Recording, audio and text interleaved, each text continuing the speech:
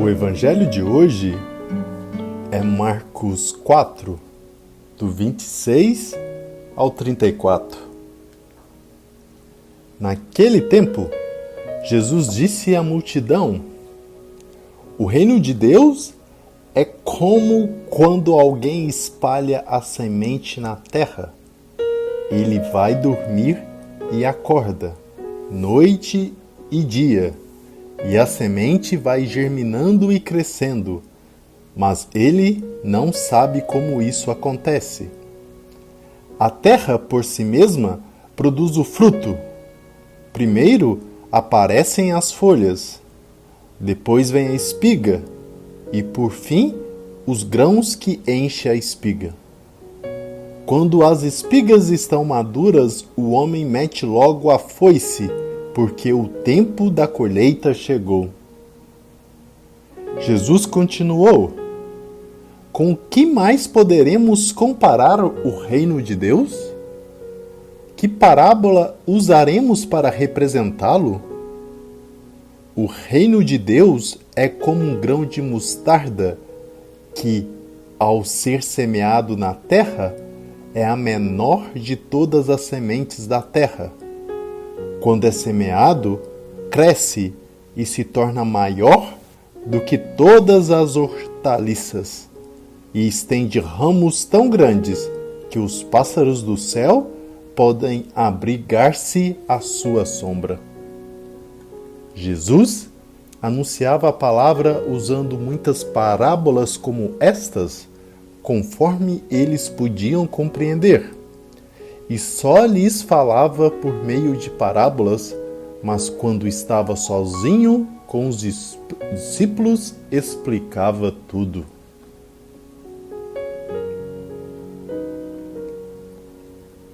O próprio Jesus nos ensina que o crescimento do reino dentro de nós é tal qual uma semente espalhada na terra que, por si só, vai germinando e crescendo sem se sabermos como isso acontece.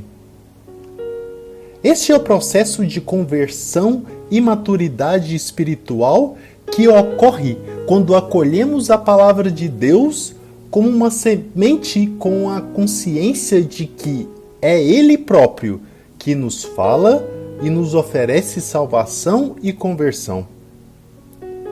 Assim, então, começa a acontecer em nós o processo de germinação e fecundação do reino de Deus.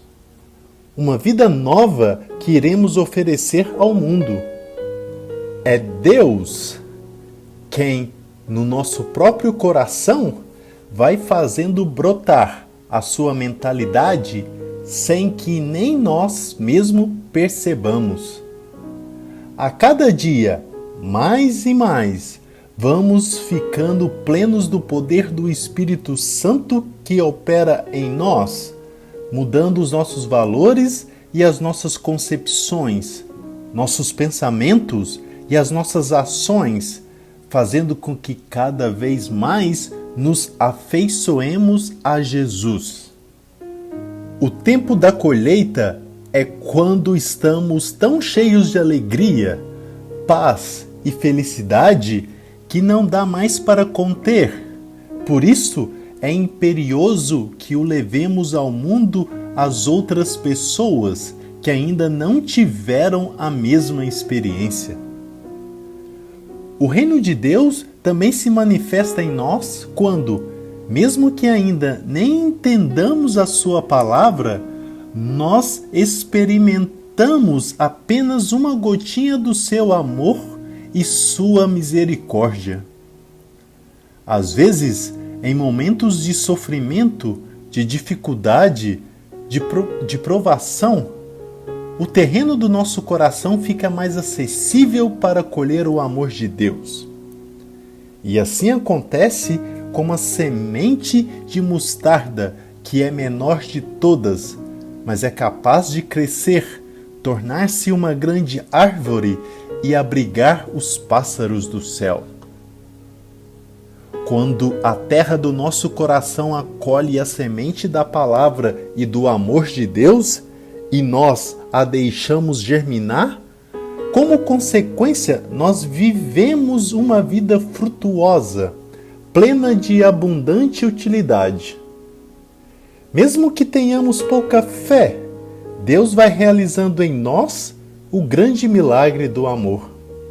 E ninguém que haja sido tocado pelo amor de Deus poderá ficar estagnado, infeliz e descrente. A palavra de Deus nos fará ser árvore que dá abrigo a muitas pessoas, e a nossa luz brilhará nas trevas do mundo. Assim, nós haveremos de sair semeando a semente do amor por onde passarmos. As perguntas de hoje são: você tem notado o crescimento do reino de Deus em você? Quais as mudanças que aconteceram em você? Você se sente mais feliz hoje do que antes? Você já está sendo árvore que dá sombra? Você se sente amado por Deus? No trecho da Epístola aos Hebreus que a Igreja proclama na liturgia de hoje, o autor sagrado nos fala das perseguições que, já nos primeiríssimos anos do cristianismo, começavam a abater-se de todos os lados sobre os fiéis de Jesus Cristo.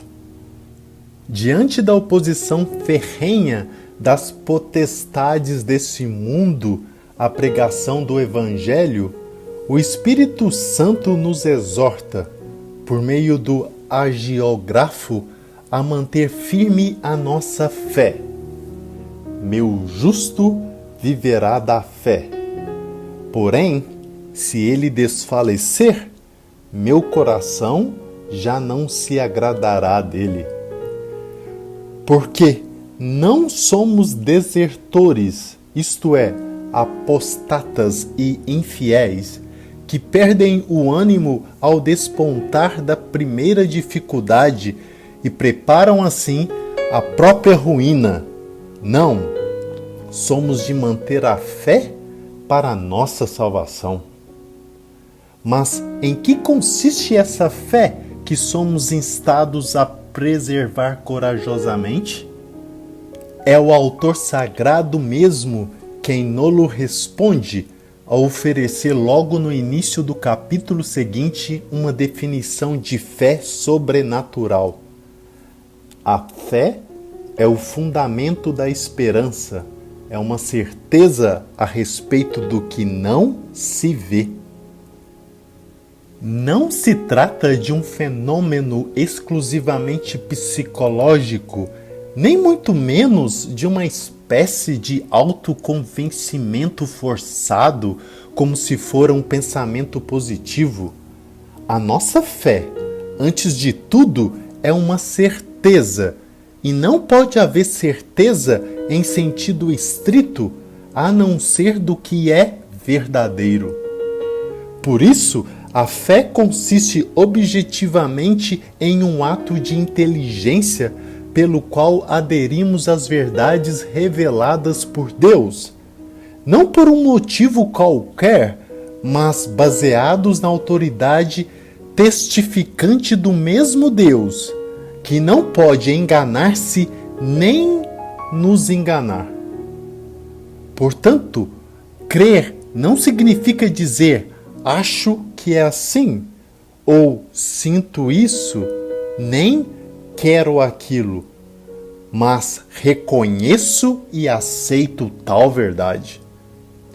Este ato intelectual, porém, não poderia revertir-se do caráter de fé sobrenatural se não o ajudasse a graça divina.